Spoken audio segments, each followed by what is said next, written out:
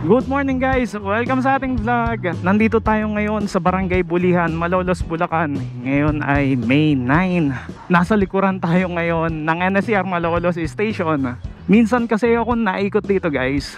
Nakita ko kakaiba yung view dito, hindi na titignan. Ibig ko sabihin hindi madalas nakikita sa ganitong perspective itong NSCR Malolos Station. So, nasa likuran lang tayo ngayon ng istasyon. Kitang kita ngayon kung gaano ka dambuhala itong istasyon. Napansin ko nitong mga nakarang linggo naikabit na lahat ng mga roof trusses guys. Yan. Para hindi kayo malito, nandito tayo ngayon sa northern side ng istasyon. Ito yung palabas ng Graceland Mall dito sa MacArthur Highway. Nasa ilalim tayo ngayon dito sa Pier 7120. Mapapansin nyo, malapad talaga yung cast-in dito na to guys. Imagine niyo tatlong release ang magkakaroon dyan. Ito yung pa northbound, southbound. Tapos ito magiging storage tracks. Na-discuss ko na to sa nakaraang kong vlog sa Malolos na gain rin ng 200,000 plus na views. Silipin nyo na lang kung na-skip nyo yun, mas maganda yung vlog na yun. This will be a quick vlog dito sa NSCR Malolos. Maganda rin siguro gumawa ng ganong vlog. Mabivisualize nyo kung gaano talaga kalaki itong mga structures.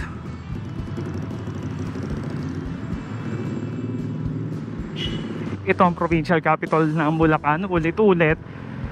Tapos ito yung NSCR Malolos Station sa harapan. Nabanggit na rin natin na magiging drop-off points at parking ang harapan nito.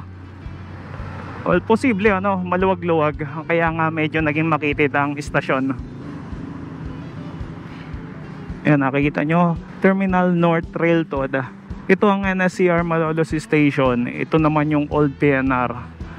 Nakoveran ko na rin yan dati nung bago-bago lang ako nagbablog dito sa NSCR year 2021. Pinupuntahan ko lahat ng posibleng anggulo para makita tong istasyon.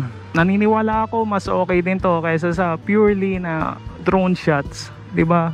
Mas ma-appreciate nyo talaga to guys. Karaniwan ng columns ng stasyon dito sa NSCR Phase 1 nasa 19 columns yan guys.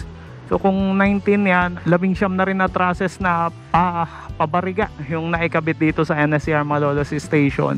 May ilan na ring mga naikabit ng mga bubong. Ang kahawig nitong bubong yung nandito lang. Ito yung sinasabi ko sa inyo na kamukha ng bubong ng NSCR. Nakakabilib kasi hindi naman na may maintain yung lugar na to. Still, maganda pa rin siya.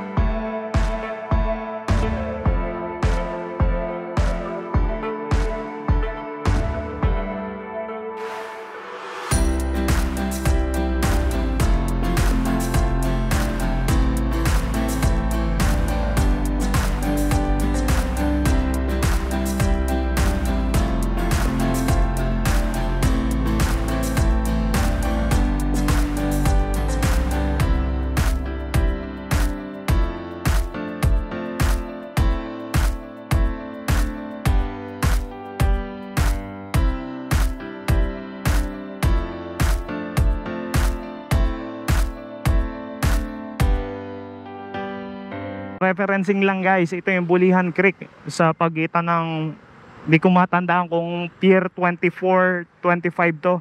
Ito na yung yellow na LG ng HMD JV going Malolos Station.